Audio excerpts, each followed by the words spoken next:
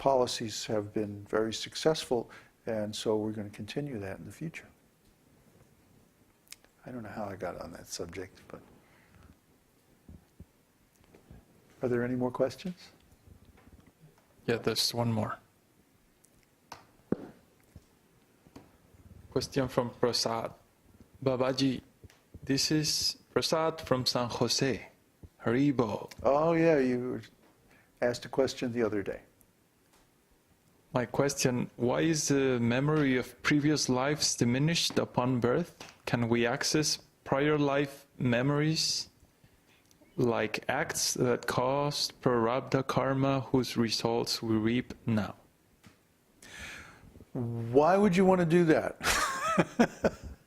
I mean, the memories of this lifetime are enough of a burden to have to carry around in the form of material impressions. The memories of all the previous lifetimes would make it so difficult to overcome our material conditioning. Try to understand, the quality of our consciousness depends on the quality of the impressions that we carry in our minds. Every moment we have so many impressions coming into the mind, and these are stacked up in associative trees. That's how the mind works, that's how the mind is structured. So when we have so many impressions of material quality, then the mind is like a mirror. You've often heard that expression, the mirror of the mind. And consciousness is also like a mirror. And the quality of the reflection of that mirror is dependent on the quality of the impressions. So when we have many, many material impressions in the mind, then the quality of our consciousness is influenced, and it reflects a more materialistic cast or a more materialistic viewpoint on reality. And to overcome that, we chant and hear the holy name again and again and again and again and again. Why? To build up spiritual impressions in the mind, so that the spiritual impressions eventually overcome the material impressions. Prabhupada used to use the example of a cup of coffee. If we take a cup of coffee and we start pouring milk into it, and we pour the milk until the coffee overflows, and then we keep pouring milk, eventually the cup will be full of only milk. So the mind is like the cup, and the coffee is like the material impressions in the mind.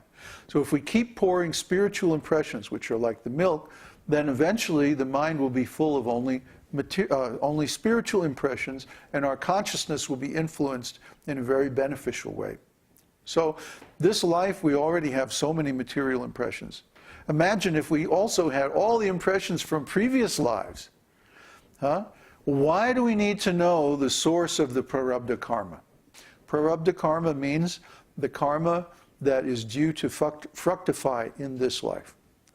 I'm an astrologer, so when I do an astrology reading, I can see, especially by the yogas in the chart, exactly what the results of the person's previous karma are.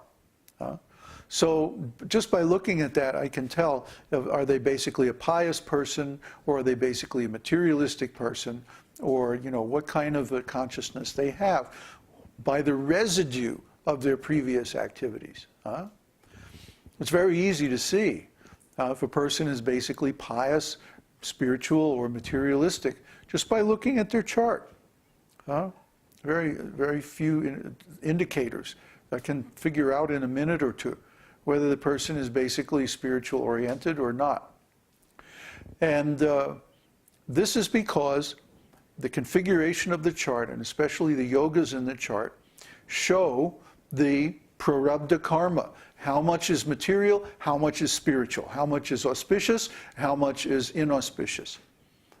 Just by looking at a glance, practically, you can see. So if this is true, then we can understand that the general quality of the person's activities in the previous life or lives were either auspicious or inauspicious, or some mixture of both. Usually it's a mixture. And you can see approximately what proportion is auspicious and inauspicious. Actually, because of who I am, most of the people who come to me are very spiritual minded, and it's a pleasure to do their charts and see how, what nice karma they have.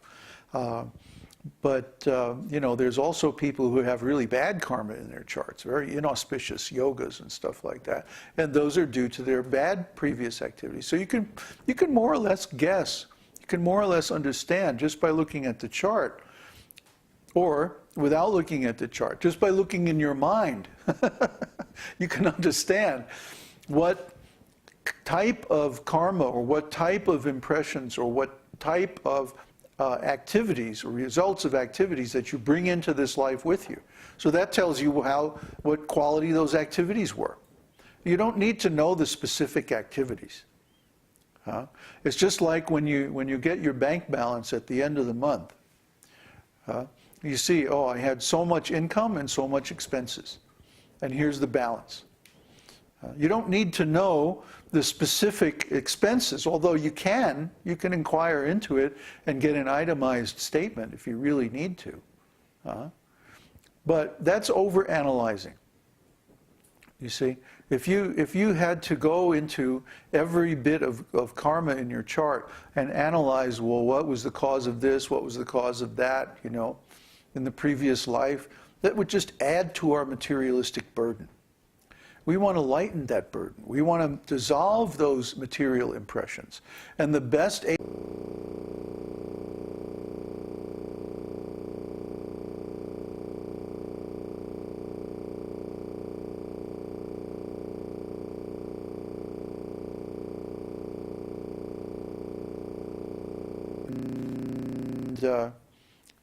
that's how come I have no mind. No, that's how come the pure devotee's mind is actually full of Krishna only. He doesn't think of his past material activities. Doesn't want to think of them. Why? They're all painful. Why would you want to think of things that are only painful? Materialistic activities are painful when you first think of them, when you desire them, and then they're painful when you actually perform them, and then they're painful when you get the result in the form of karma. So why do you want to think on all these painful things? Why not think of beautiful, pleasurable things like Krishna and pastimes and rasa and this beautiful philosophy and so many beautiful things? This fascination on the past and material things and karma, to me, from my perspective, it's like neurotic. It's like, why would you want to beat yourself up like that? Why don't you just think of Krishna and forget all that nonsense? Forget who you are in the material world, because it's nothing but pain from beginning to end. So don't be fascinated and occupied with these painful thoughts. Instead, think of Krishna. This is pleasure from beginning to end. There's nothing about Krishna that's inauspicious. There's nothing about Krishna that isn't beautiful. There's nothing about Krishna that's imperfect or limited in any way. So let's just think of Krishna and then chant his 1,000 holy names.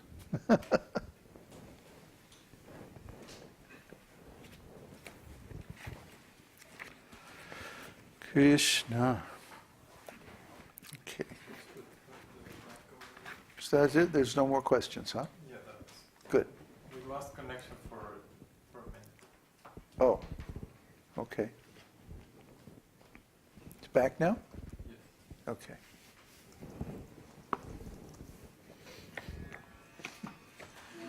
Om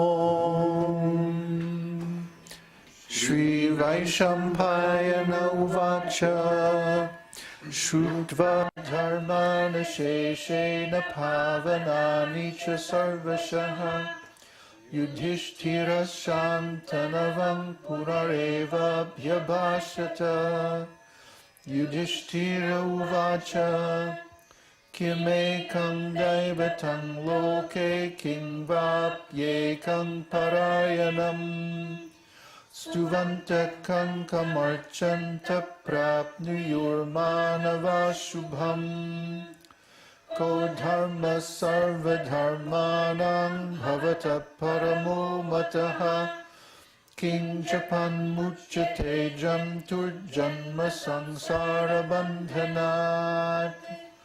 Shri Bhishma Uvacha Jagat Prabhum Deva Deva Manantam Purushottamam Srivannama Sahasrena Purusha Satatothitaha Tameva Charchayam Nityam Bhaktya Purushamavyayam Dhyayan Stuvannamasyans Chayajamanas Cha Anadi Nidhanam Vishnum Sarvaloka Maheshwaram Lokadhyaksham Stuvan Nityam Sarvadukkhati Go Bhavet Brahmanyam Sarvadharmadhyam Lokanam Kirtivardhanam